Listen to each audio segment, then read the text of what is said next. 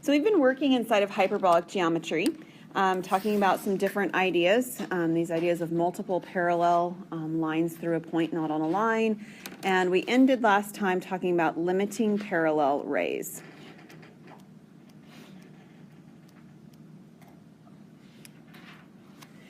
So we're going to continue with our discussion of hyperbolic geometry for a few more days as well.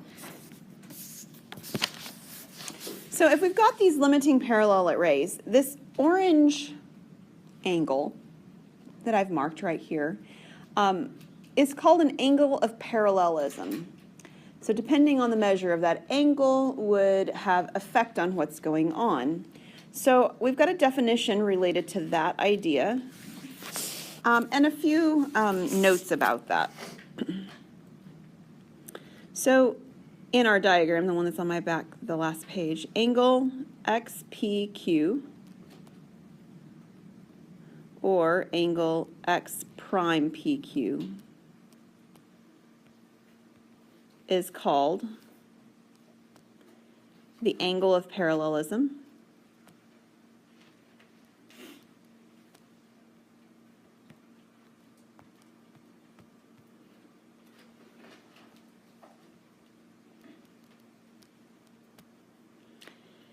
At P with, I'm going to abbreviate this, with respect to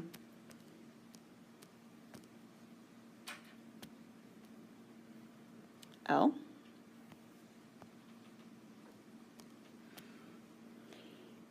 Its degree measure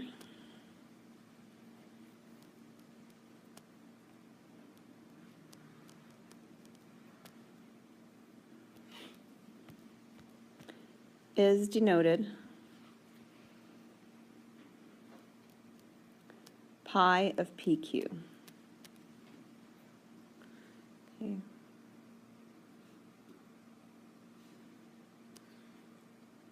A couple of notes about this angle of parallelism.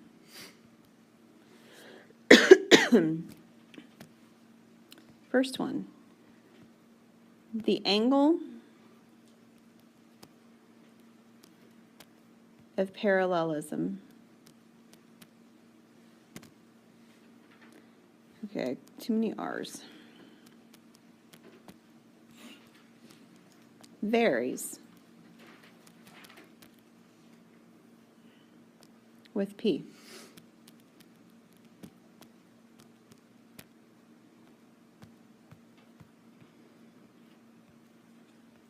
And the second is that while it varies, it will be between 0 and 90.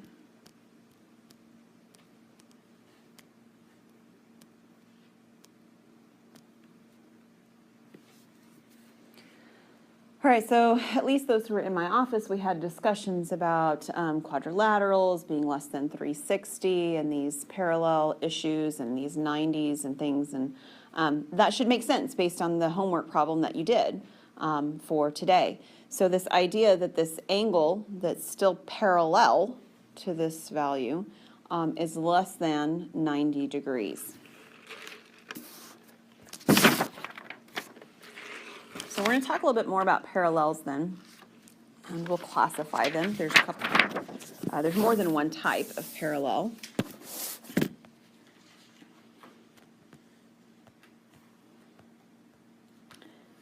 So this is classification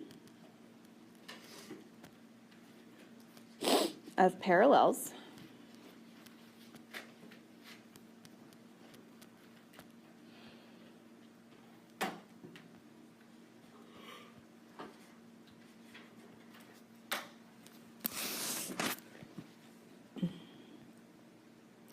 A parallel line, a parallel to a line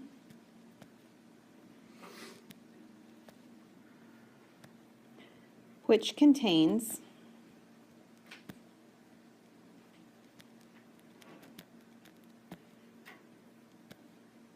a limiting parallel ray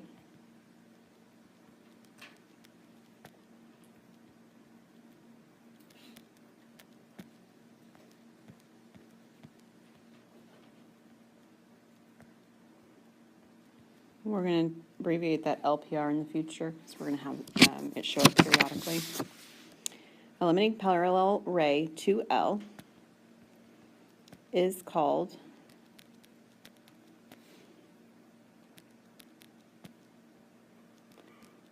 asymptotically parallel.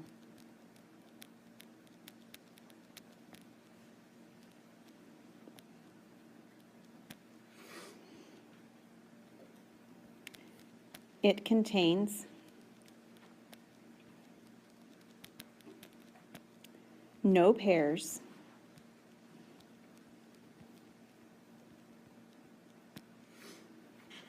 of points equidistant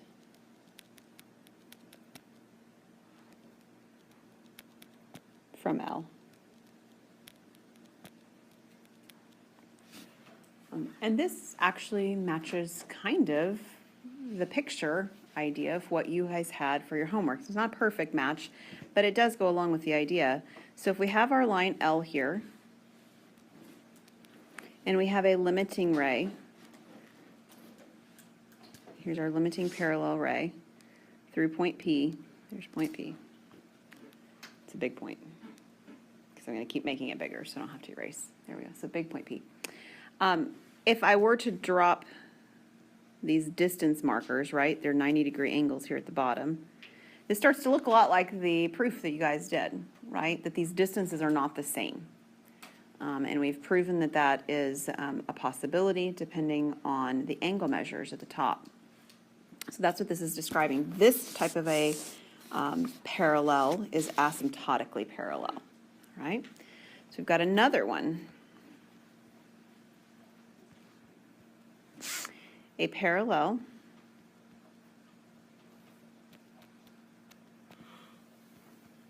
to L, which admits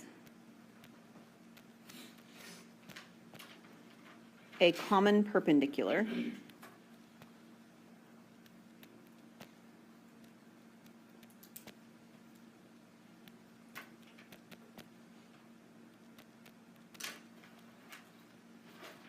to L is called divergently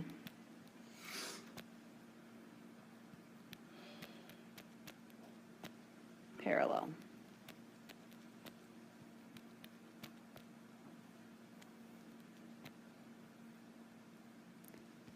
It contains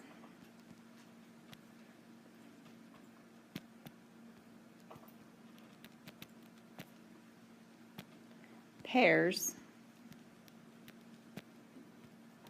of equidistant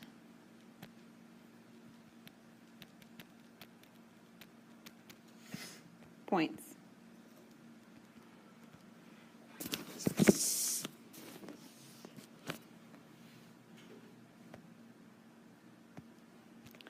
So if we have these lines where, actually let me draw it like this. This is how I think we drew it most likely last time.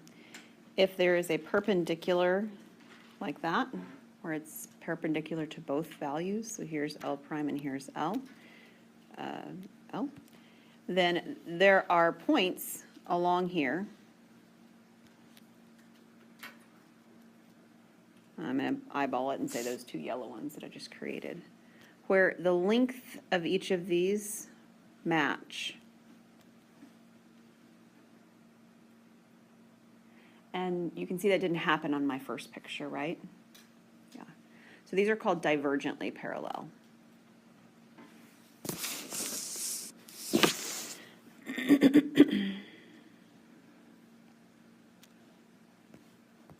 So theorem 6.3 talks about these parallelisms. It says the following: let M be parallel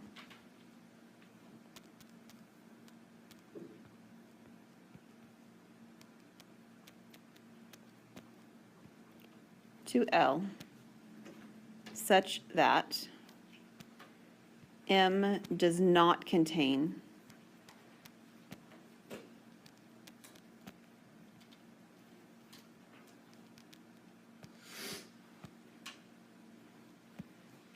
a limiting parallel ray, LPR, to L. Then there exists a common perpendicular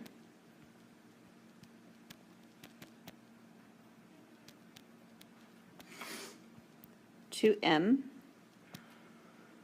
and L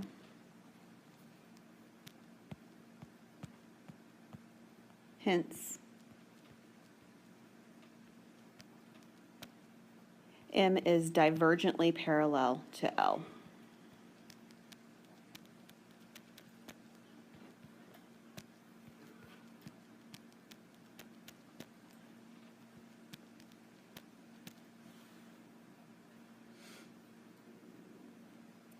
So according to this theorem, it's one or the other, right? If the first one doesn't happen, doesn't have the limiting parallel ray, then it will have divergently parallel lines, yes. Just for organization's sake, we already have a theorem 6.3. That's fun. Let's see here. The last one we did was theorem 6.6.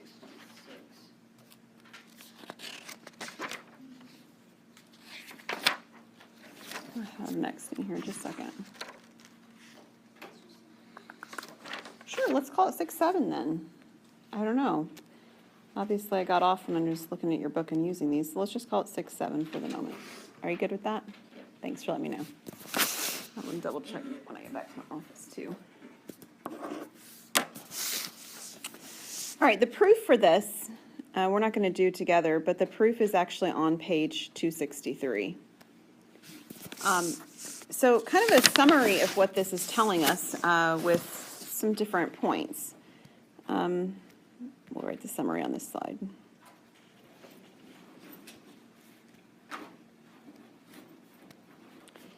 Given P not on L, there exist two asymptotically parallel lines.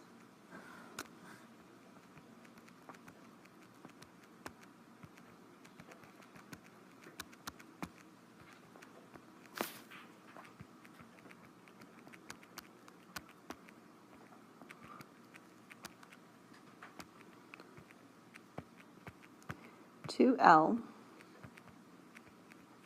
through P, and infinitely many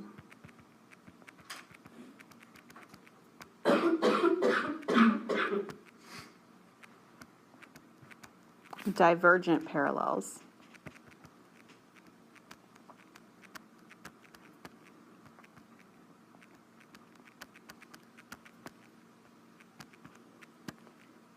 to L through P.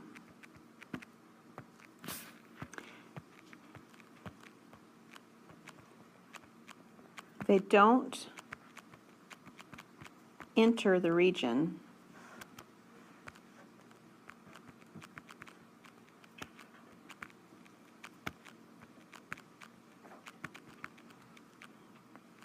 within the angles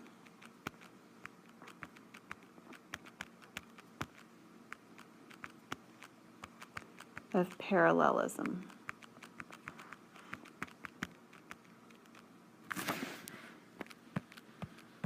And only one of these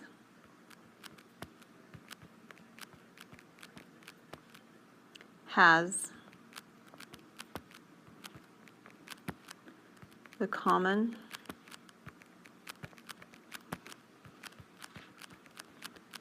perpendicular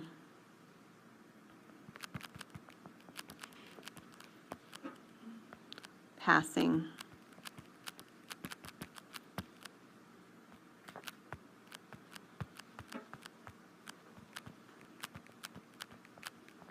through P. So let me kind of draw a picture of what this is describing. A little bit of a combination picture of the ones we did before. Here's our point P. Here's our line L. And so we have limiting rays, right? That's a possibility. Those limiting rays would be asymptotically parallel. So that would look something like this, visually speaking. Okay, draw them straight, draw them curved. I don't care how you draw them, but something like that. So then the other option is that if it's not a limiting ray, then then it will admit a common perpendicular at P as well.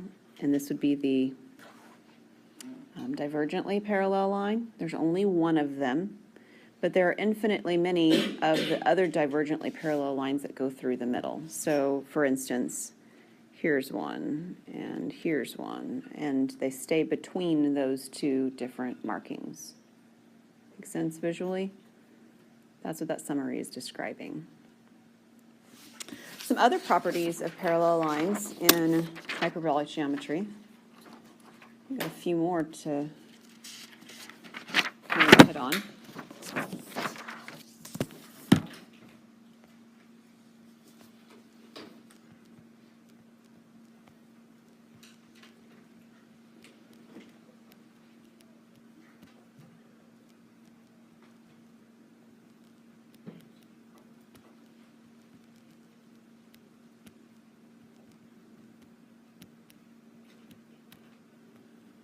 So number one, if L prime is divergently parallel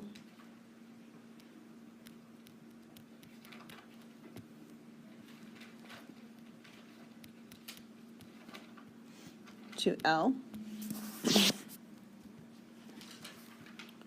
with common perpendicular segment PQ,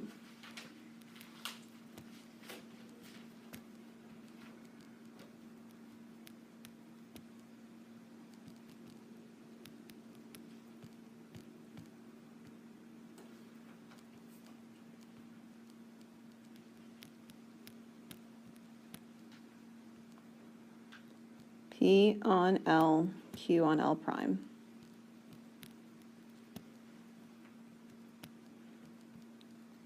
Then for X on L, the distance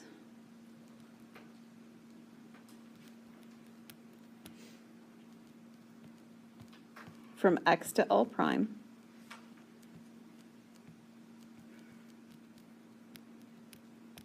increases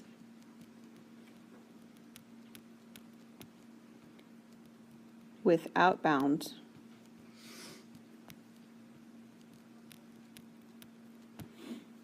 as X recedes. Recedes means moves away from. So recedes from P. Jot that down, and then I'll go back to my picture on the previous slide and we'll reference it there.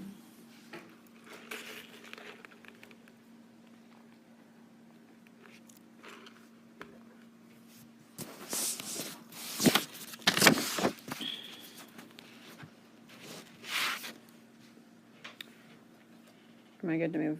Okay. So thinking in terms of this picture, if I have Q down here, let's talk about admitting a common perpendicular. So here's my common perpendicular, not Q. Yeah, Q, I said it right, Q. Down here, so this is that common perpendicular for the divergently parallel lines. That as I take values for X that are moving further and further away along this distance is increasing as I go. And it does so without bound. There's no maximum level that it's decreasing by. Okay? So that's what the first observation tells us, first property. Second property, the distance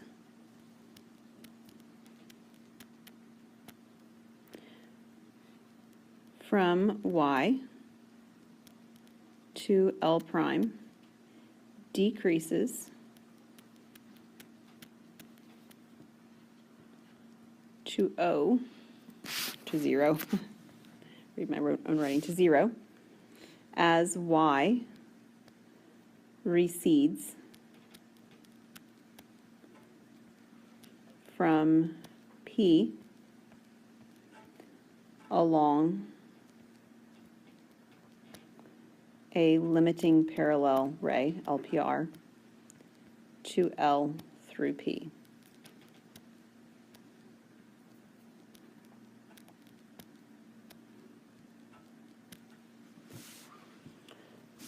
So if I go back to the picture, I'll draw it on the other side.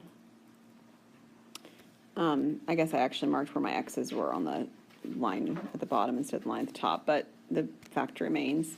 So if I put the points as they move away from P like this, it's tending towards 0, right?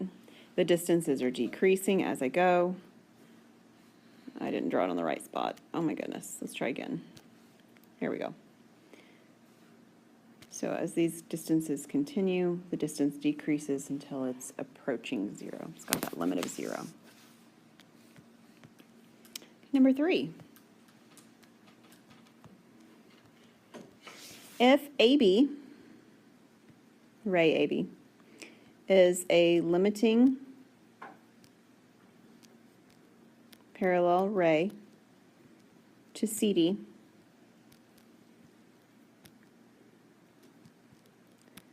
then CD is a limiting parallel ray to AB.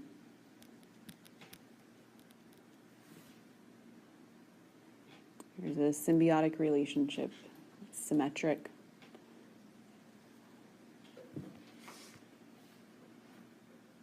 So on our picture, I don't have A's and B's and C's marked, but if you think about the image of our picture and we took a ray, we could talk about ray, I'll just highlight them, this ray that goes right here. Right, rays have ending points, so it starts at Q and continues to the right. And we can talk about the limiting parallel ray up here that I've highlighted, and those are going to be limiting parallel rays to one another. Just a couple more. Number 4, if ray AB and ray CD are both limiting parallel rays of EF, then they are limiting parallel rays of each other.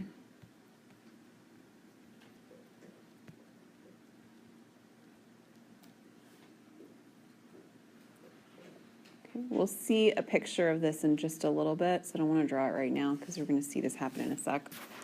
Our last one, number 5, is any line lying between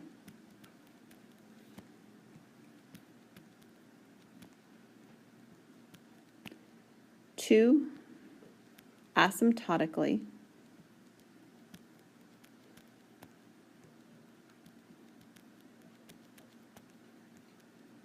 parallel lines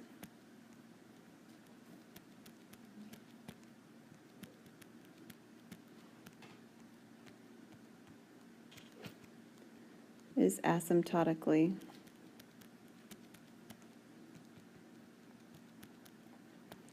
parallel to both.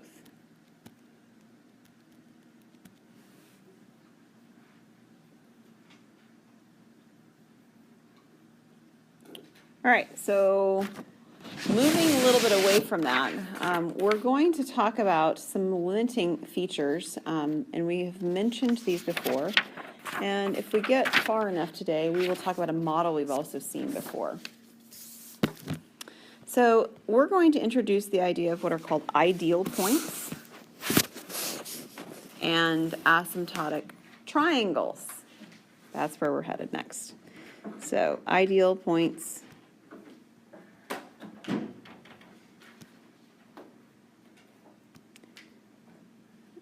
and asymptotic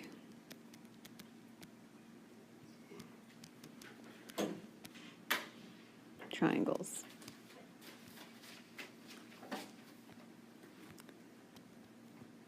Start out with the definition. Given rays R and S,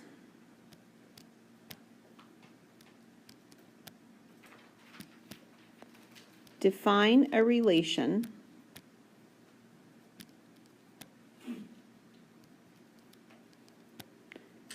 tilde, so R tilde S, to mean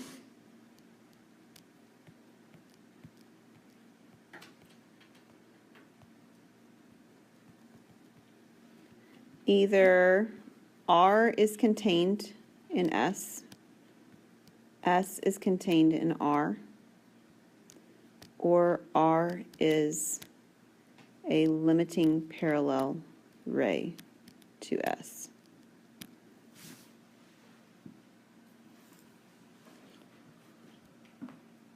So the first two are talking about rays that are essentially the same ray. Maybe they don't have the same starting and ending point or the same starting point, but they lie on top of each other. Okay, so they're going in the same direction.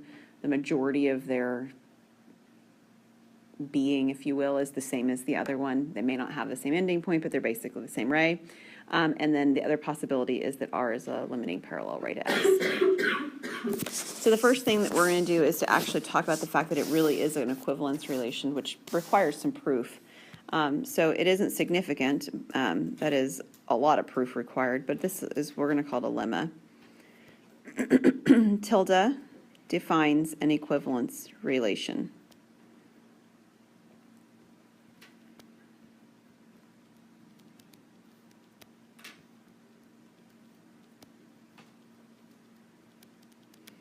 We've talked briefly about equivalence relations, but I'll remind you from the other classes, maybe you've seen them. So equivalence relation, already got that on rays. So in order to have an equivalence relation, it has to satisfy three facts. One, it has to be reflexive. So reflexivity.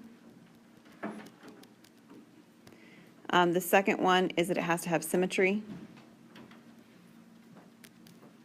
We're going to verify these, but and the third one is that it has to have transitivity.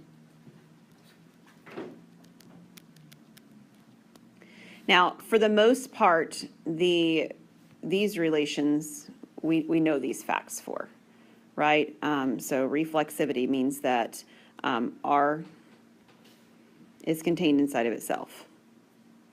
Okay, yes, we agree with that, right? I mean, it is a sort of a subset or a subray, if you will, of itself. The symmetry, R is equal to R.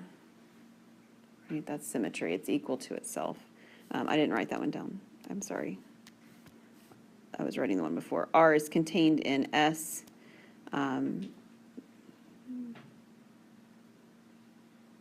don't want to write it that way. Let me pause on that one. Let me finish reflexivity with limiting parallel rays first. Let's do that. Okay. So the other possibility, R is a limiting parallel ray. So if you think about it, then R is its own limiting parallel ray. That works just fine too. Symmetry we get for the limiting parallel ray parts by property number 3. So I'm going to flip back over here so we can look at this. Property number 3 says that if AB is a limiting parallel ray to CD, then CD is a limiting parallel ray to AB. So we get that one by property 3.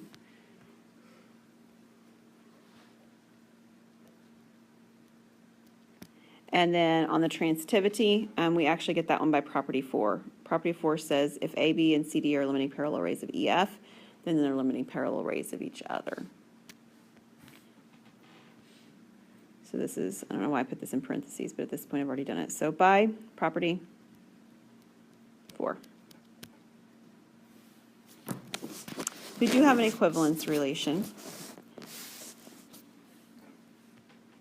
I think I have space for this here. We'll try. So an equivalence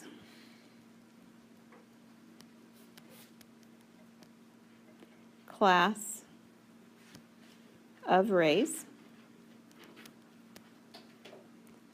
is called an ideal point.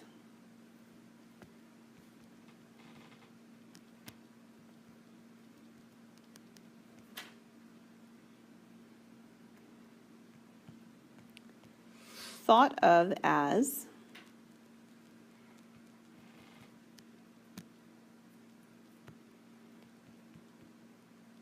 the point at infinity, which we've talked about before.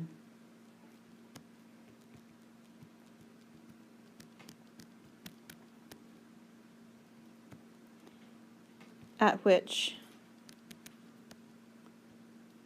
all rays in this class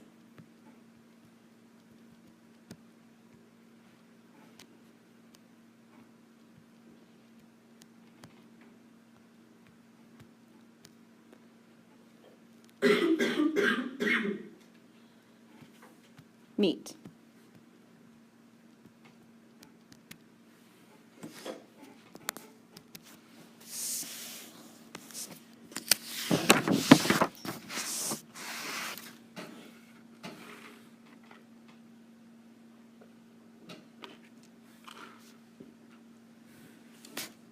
A note to this.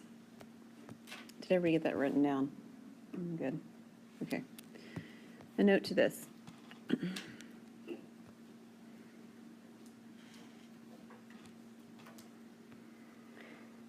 Every line contains two ideal points.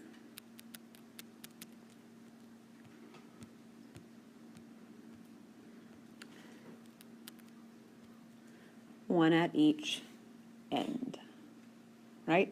They don't really end. That's not how we think of them in Euclidean geometry, but one at each end would be an ideal point. Your book is using, so you guys help me.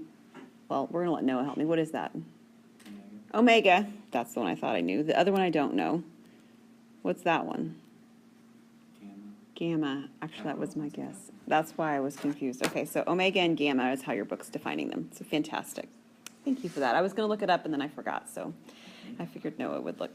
Does that sound right to you guys? Omega and gamma? Fantastic. Omega and gamma.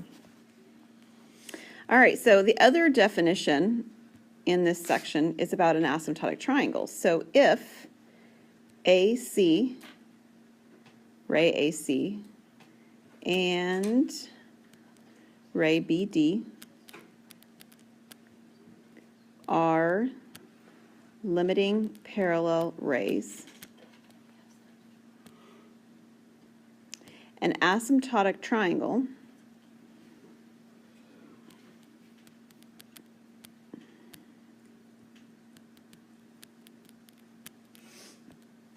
is formed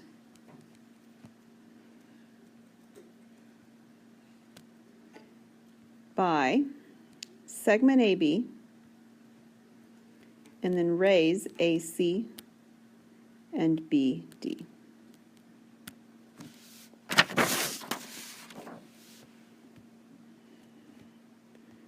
Here's segment AB.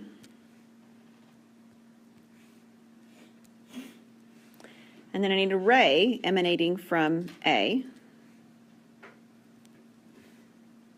and a ray emanating from B, where they approach the same ideal point, omega. This one has one ideal point.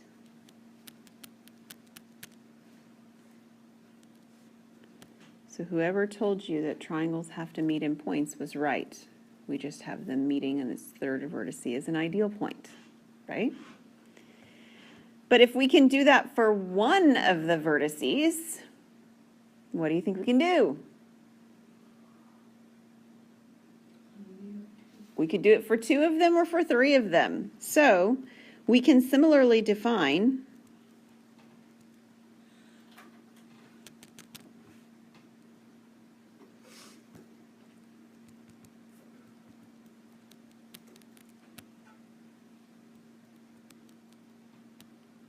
doubly asymptotic triangle.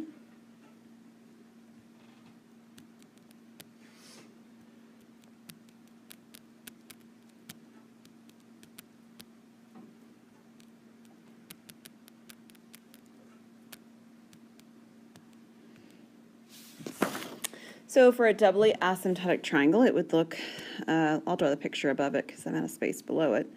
Here's our point A, and we would have to have something like this, and they would actually have two ideal points. Here's omega, sorry, and gamma. We would have two ideal points.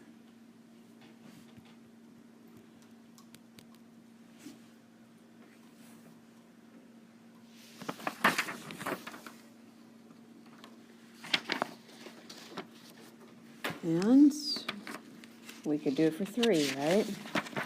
But, so this is a continuation. Wish it was on the same slide, but that's just the way it is. So, and trebly, it's a good word, right? Asymptotic triangles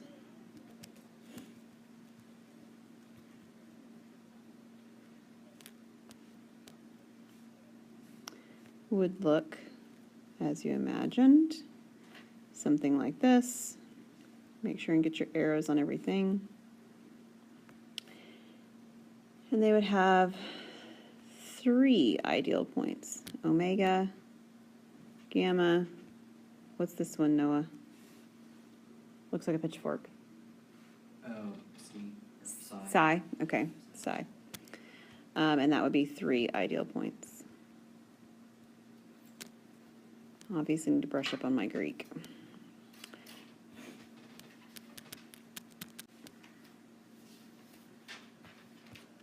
Okay, and I'd hoped we would get to this today, and we did. We're going to encounter a model more fully than we did before. We've seen this model before.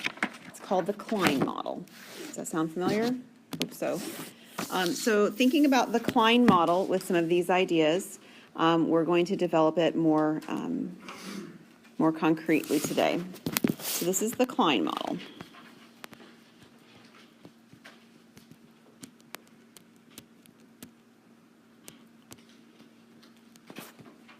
So first we're going to fix a circle gamma, and we're going to do this in Euclidean geometry.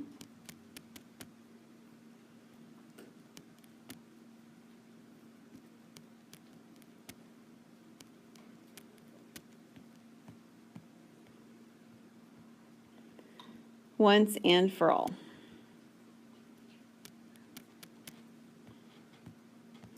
All right, so as you remember, when we're talking about models, we have to talk about what points are, what lines are, and so forth. So first is points. Points of hyperbolic geometry are defined to be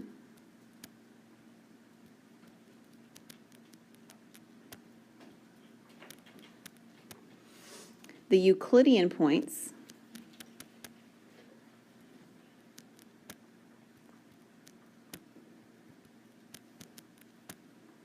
interior to gamma.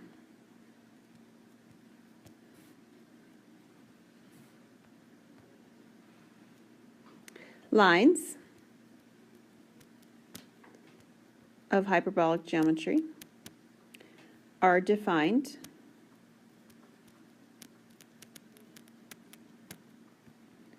to be open chords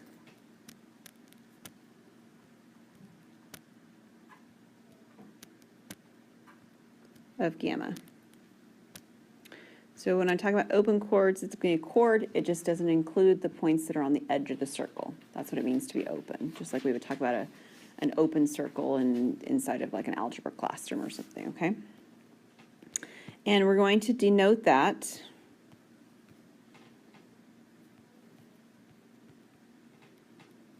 there we go, denoted. And it looks like parentheses opening the wrong direction. It's a fun notation, right? For A and B on gamma.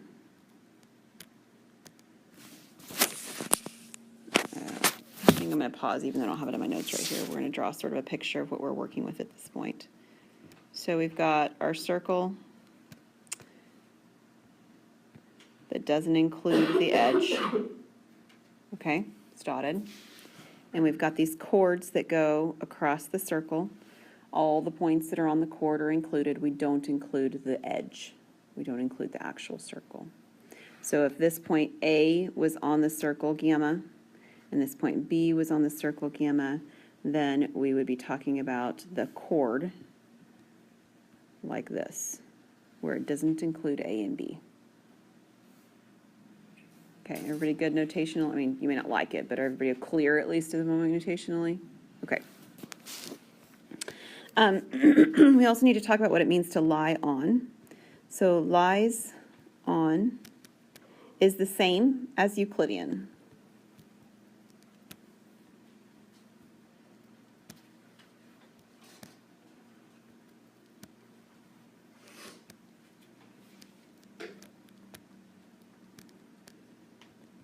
In other words, P lies on this open chord AB means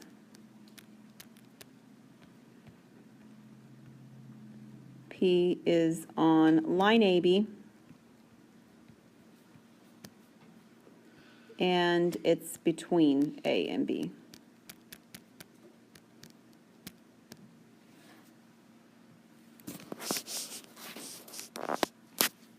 A couple other clarifications just for our reference. Between is going to be the same as Euclidean.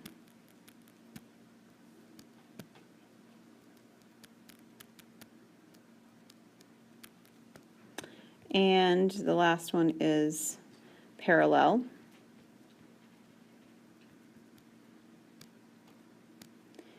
Means lines have no point in common.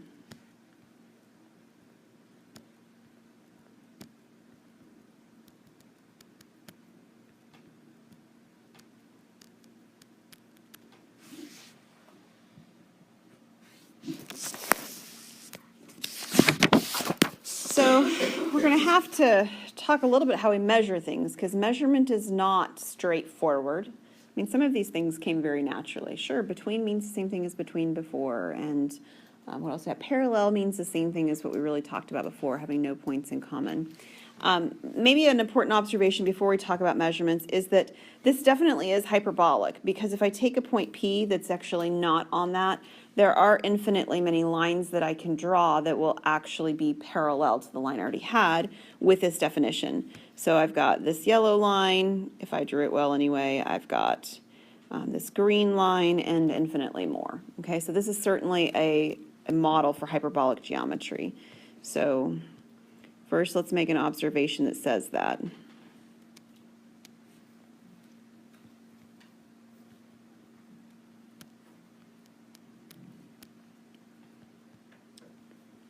The hyperbolic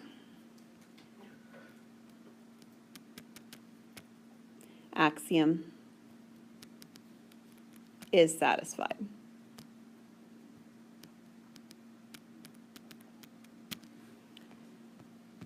And now I'm going to make a note about the fact that measurement is weird. So measurements in the Klein model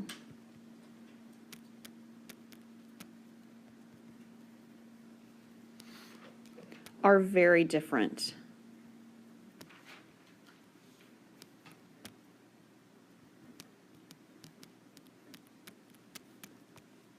than the Euclidean measurements.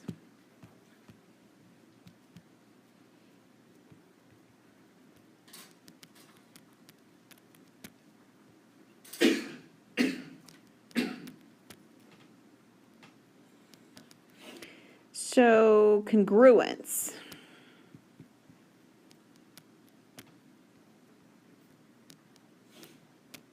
Is much more complicated.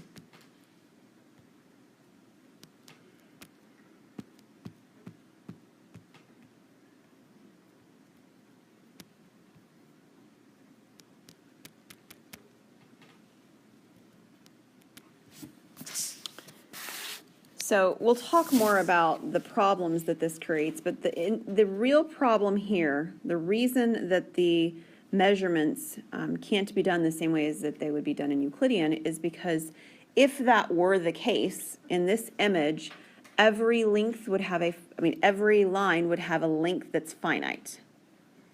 And that's not what lines are, right? Lines are not finite. Lines are indefinite. They go on forever. They have no beginning. They have no end. And if I could actually measure the same way I measure in Euclidean geometry, then I should be able to take a ruler and I just stretch it across from A to B and I have a number. Do you guys see the problem? And if I can't get a measurement that looks the same in hyperbolic geometry, then obviously congruence can't look the same either because the measurement is different. So there are some easily identifiable properties. That's actually the ones we're going to start with. So easily identified properties.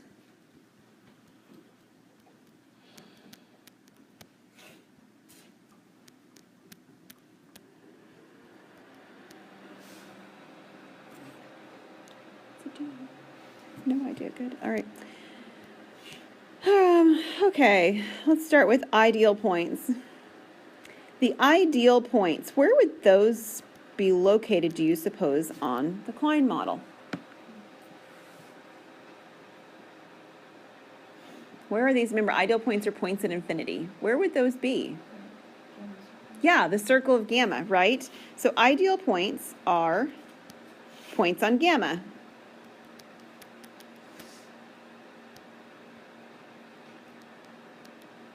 So that's pretty good. Limiting parallel rays. We'll draw some pictures for a couple of these. So let me put this then next. Limiting parallel rays.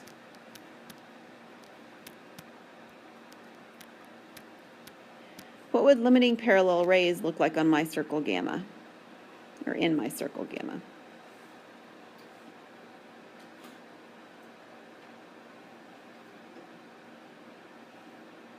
Okay, so remember, let me flip back over here. When I drew these had limiting parallel rays, right? All these triangles where I'm drawing my lines in a curved fashion, they're meeting at ideal points. So where are our ideal points on a Klein model? On the circle. So what would it look like to have limiting parallel rays in the Klein model?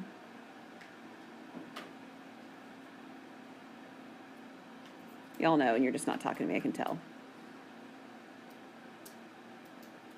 Got to meet at an ideal point. So somebody give me a name of an ideal point just for fun. Give me a name.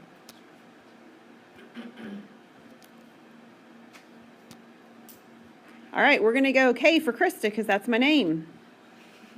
That's what happens when you guys don't talk to me. Now I got a point K on my screen.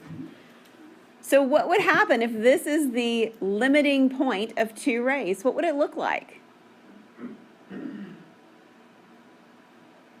Kennedy, you know what to say. I can tell. What you got going on?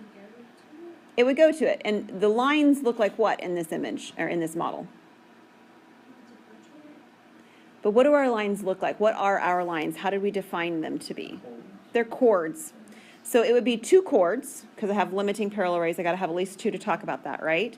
I'd have two chords that meet here, right? Yeah. So I would need, I'll color them differently. How about we do red? This is one of my chords, my lines, and blue. This is another one of my lines. These would now be limiting parallel rays. Now, technically I didn't do rays because I did lines, so maybe I should have stopped a little bit sooner. How about we go with a point inside to give me an actual ray?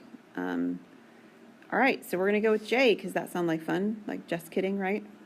Or it could be my husband's initial.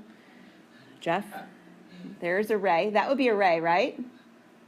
That'd be a ray in this model, right? Because it's a portion of a line. And then let me do the other one. I need another point, don't I? H for Hannah. Absolutely. There we've got an H. So Hannah and Haley are both represented on my diagram now. So here's two rays. And these two rays would be limiting parallel rays. Agree? They're parallel because they don't intersect at a point inside my circle. They intersect at an ideal point.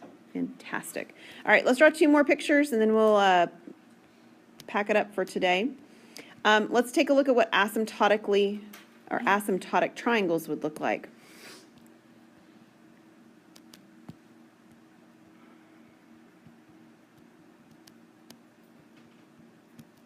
All right, so flipping back to what we've already done today, asymptotic triangles means that what happens? What happens to the edges or the vertices in our asymptotic triangles? They approach the ideal point. Right.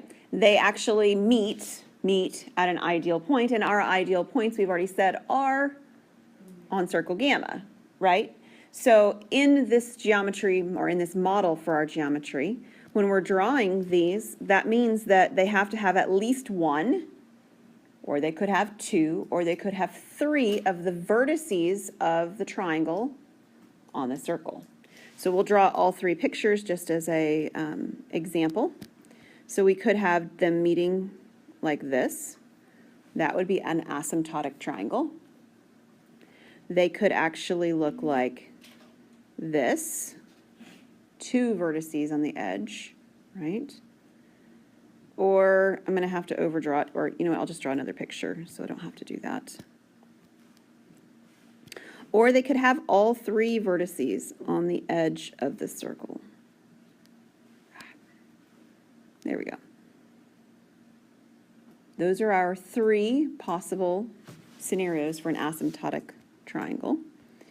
And then the last one that I'm going to draw for today is what divergently parallel looks like.